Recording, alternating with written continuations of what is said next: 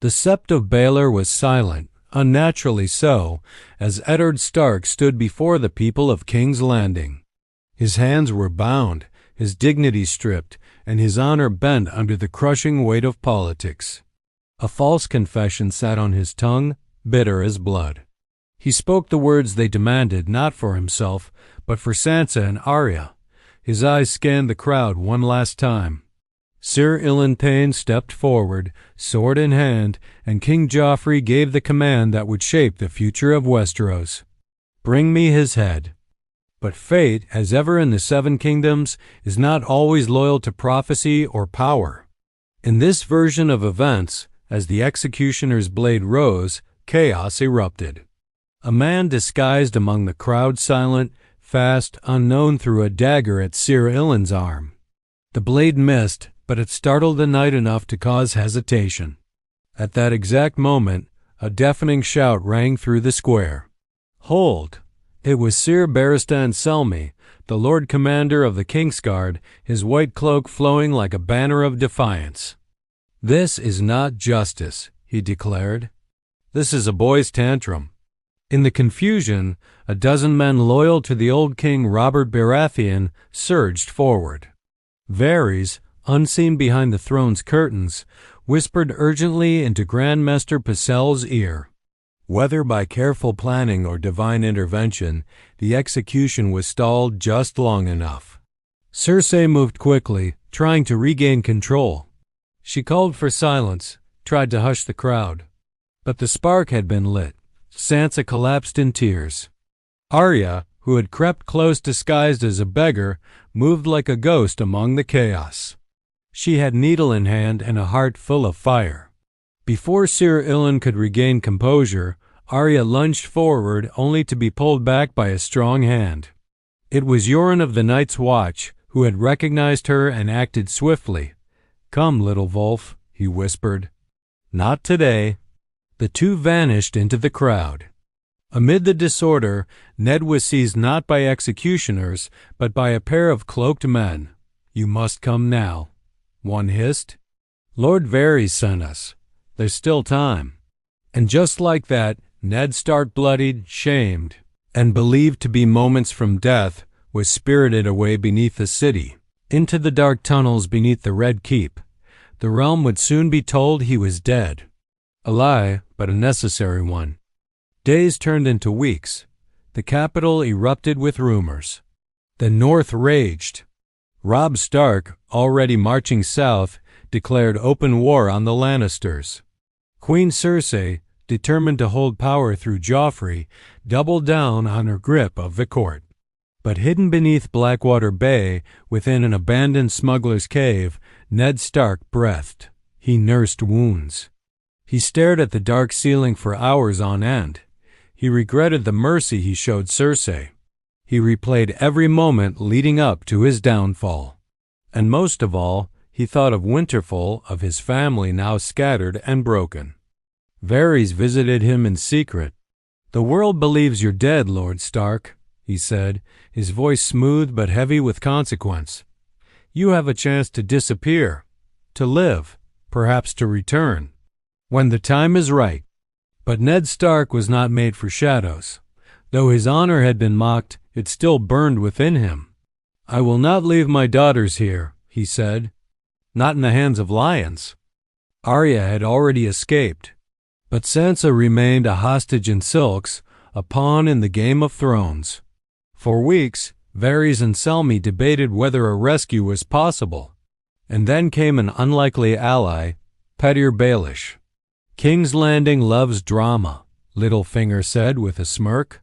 "Let's give them a new one." The plan was dangerous. During Joffrey's name day celebration, when all eyes were turned to the tourney grounds, a distraction would be created. A fire, a riot, something enough to loosen the palace walls. In the chaos, Sansa would be taken not by force, but with careful coordination. Ned would be smuggled north disguised as a wounded black brother, escorted by Yoren and Arya, who had already slipped into the shadows beyond the city. Sansa would follow, carried in the cover of darkness. Selmy would resign and disappear. Varys would remain, the quiet spider in the web. The night came. The city burned just a little.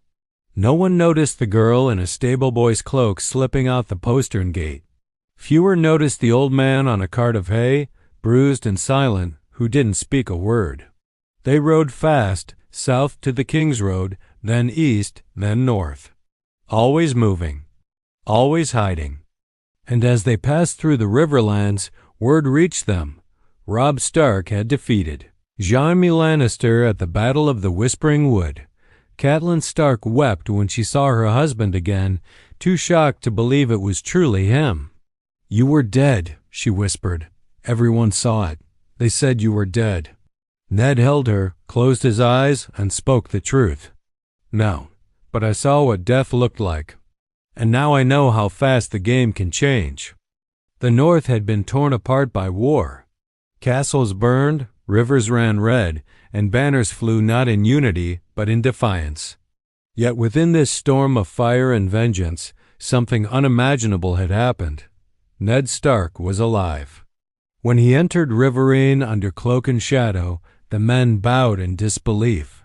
Gray-bearded bannermen wept at the sight of him. Robb Stark, hardened by battle but still so young, stood frozen. Then, without words, father and son embraced a moment neither time nor bloodshed could steal. But there was no time for celebration. The war still raged, and the North had declared Robb as king. Ned sat in silence that night, watching his son hold court. The boy was wise, but the crown weighed heavily on his shoulders. "I never wanted this," Robb confessed. "I only wanted justice." Ned nodded. "And sometimes justice is not won with a sword. It's won with patience and with pain." Word of Ned's survival was kept secret. Only a handful of trusted lords knew. Catelyn, Maester Luwin, Sir Roderick, and a few others formed a quiet circle.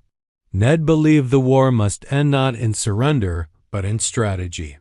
"If I live, I am a symbol," he said, "a reason for the North to keep fighting. But if I speak too soon, they'll hunt us again." So Ned remained the hidden hand, guiding Robb's decisions from the shadows. Raven scrolls, midnight council, and secret rides defined his days. Meanwhile, Arya traveled north with Yoren. Though she missed her father deeply, she had become something different now, quieter, sharper. The road had carved a steel edge into her spirit. She no longer saw the world in black and white. She saw survival, betrayal, and the power of names. But knowing her father lived gave her purpose. She swore she'd return to him stronger. Sansa, safely smuggled out during the riot, struggled to adjust. The trauma of King's Landing clung to her like frost on stone. But seeing her mother and father again at Riverrun brought a soft spark back to her voice. She no longer dreamed of songs and silk. She wanted peace, a family whole again, a North restored. But peace was still far away. In the south, Queen Cersei seethed. Joffrey's madness worsened by the day, and Tywin Lannister began to suspect that something was amiss. Rumors crept like shadows. A merchant from the Vale spoke of seeing Eddard Stark near Harrenhal. A Sellsword claimed to have fought alongside a silent man with the eyes of a wolf. The Spider Varys back in the Red Keep did not confirm nor deny. He simply listened, observed, plotted. In the north, winter deepened. The wall stood tall but uneasy. Jon Snow, now a man of the Night's Watch, had begun to suspect the world was unraveling. Word reached him in whispers from ravens, from rumors, from wildlings, that his father had not died. Samwell asked him one night, "If your father lives, would you leave the watch?" Jon didn't answer. He simply stared out at the snow, fists clenched. "If he lives, the world has changed," he finally said, "and I need to know why." Meanwhile, Ned's presence began to shift the war. Robb's tactics grew smarter. Ambushes became precise. Diplomacy returned. When Lord Walder Frey demanded a marriage pact for safe passage, Ned counseled Robb to honor it. Never break your word, Ned said. "Even to snakes." "Especially to snakes," Robb agreed reluctantly. The Red Wedding never happened. Instead, a new alliance was born.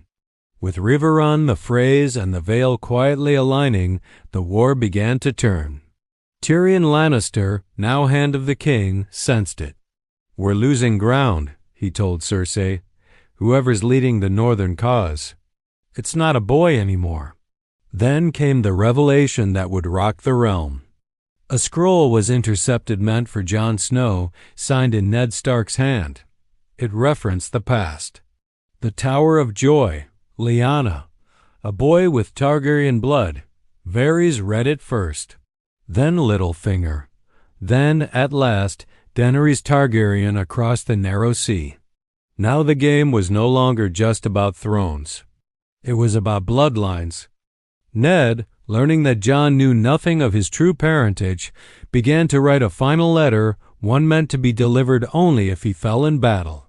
He planned to tell Jon everything, about Lyanna, about Rhaegar, about the promise he made. But before the letter could be sent, the White Walkers made their move. The realm had focused so long on politics that it forgot the real enemy marched from the far north. At the wall, Jon saw them first, dead men walking, blue eyes glowing, the ancient cold sweeping behind them. And when the watch sent ravens begging for help, only one answer came swiftly: Winterfell. Ned had returned home. He stood upon the battlements, older, wearier, but stronger than ever. "This," he said, "is the war that matters." Robb rode beside him. Arya returned from Braavos, silent as death. Sansa ruled the kitchens and the books with Catelyn. And Jon, at last, came home. Father and son stood together under the godswood tree, speaking no words, only understanding. The old magic stirred once more. And in the forest beyond the wall, the Night King watched, unknowable and ancient. He saw a house reborn, a Wolf that survived the axe, and he knew the battle would not be easy. But for the first time in a long time, the North stood united. Eddard Stark had survived, and so had hope.